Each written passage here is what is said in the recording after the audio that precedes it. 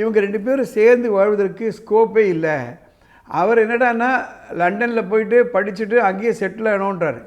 இந்தம்மா குஜராத்லேயே இருக்கணும், இங்கே தான் படிக்க போகிறேன், மேற்படிப்பு படிக்க போகிறேன், இங்கே தான் வேலை பார்க்க போகிறேன்னு சொல்கிறாங்க. இவங்க இந்த மேரேஜ் எப்படி சஸ்டெயின் ஆகும்?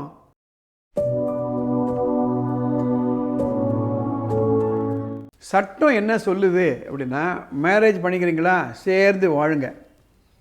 உங்களுக்குள்ள சண்டை சச்சரவு இருக்கா, பேசி முடிச்சுக்கோங்க. டைவர்ஸ்னு வந்து நிற்காதீங்க. வயலன்ஸில் ஈடுபடாதீங்க. இதுதான் சொல்லுது சட்டம். அதனால்தான் டைவர்ஸ் அப்ளை பண்ணால் கூட ஒரு கூலிங் ஆஃப் பீரியட் கொடுக்குறாங்க, கவுன்சிலிங் போங்கன்னு சொல்கிறாங்க. கூடுமான வரையில் அவ்வளோ ஈஸியாக பிரிக்கிறதுக்கு அலோவ் பண்ணல சட்டம். ஆனால் வாழவே முடியாதுன்னா என்ன செய்யலாம்? ஒரு இன்ட்ரெஸ்டிங் கேஸ் குஜராத் ஹைகோர்ட்டில் டிசம்பர் 2023 2 பேர் மேரேஜ் பண்ணிக்கிறாங்க. ஒரு மாதம் 2 மாதத்துக்குள்ளேயே கணவன் வந்து லண்டனுக்கு போயிடுறாரு படிக்கிறதுக்கு, மேற்படிப்பு. அதுவும் இல்லாமல் சொல்கிறாரு அங்கே தான் அவர் செட்டில் ஆகிருப்பான்னு சொல்கிறாரு. ஒய்ஃப் என்ன சொல்கிறாங்க, இல்லை நான் குஜராத்தில் தான் இருக்க போகிறேன், நான் இங்கே மேற்படிப்பை படிக்க போகிறேன், எனக்கு லைஃப் இங்கே தான், அங்கே வரல அப்படின்னு க்ளீனாக சொல்லிடுறாங்க. அப்போ 2 பேரும் சேர்ந்து வாழ்வதற்கு ஸ்கோப்பே இல்லை. சரி 2 பேரும் பேசுகிறாங்க, பேசி சரி பிரிஞ்சிருவோம் நல்லபடியா அப்படின்ட்டு ஃபேமிலி கோர்ட்டில் அப்ளிகேஷன் கொடுக்குறாங்க. சில டெக்னிக்கல் காரணங்களுக்காக ஃபேமிலி கோர்ட்டை அவங்க பெட்டிஷன் டிஸ்மிஸ் பண்ணுது. அவங்க 2 பேரும் ஹைகோர்ட்டுக்கு போகிறாங்க. ஒரு பெஞ்ச் ஆஃப் 2 ஜட்ஜஸ். ஜட்ஜு அதெல்லாம் பார்த்துட்டு இவங்க 2 பேரும் சேர்ந்து வாழ்வதற்கு ஸ்கோப்பே இல்லை. அவர் என்னடான்னா லண்டனில் போயிட்டு படிச்சுட்டு அங்கேயே செட்டில் ஆகணுன்றார்.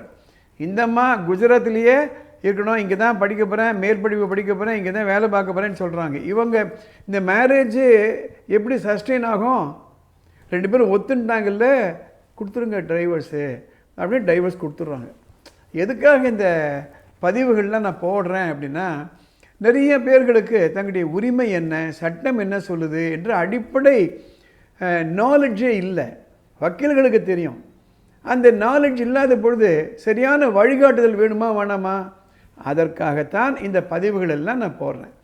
உங்களுக்கு சட்டம் சம்பந்தப்பட்டோ உரிமைகள் சம்பந்தப்பட்டோ ஏதாவது சந்தேகங்கள் இருந்ததுன்னா, குழப்பம் இருந்ததுன்னா மேலே ஒரு நம்பர் போகுது.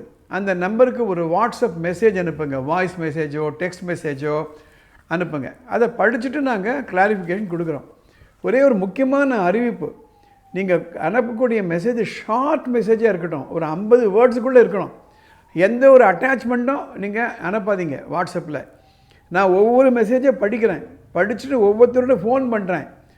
கூடுமான வரையில் அப்போயே நான் ஒரு புரிதலை கொடுத்துருவேன்.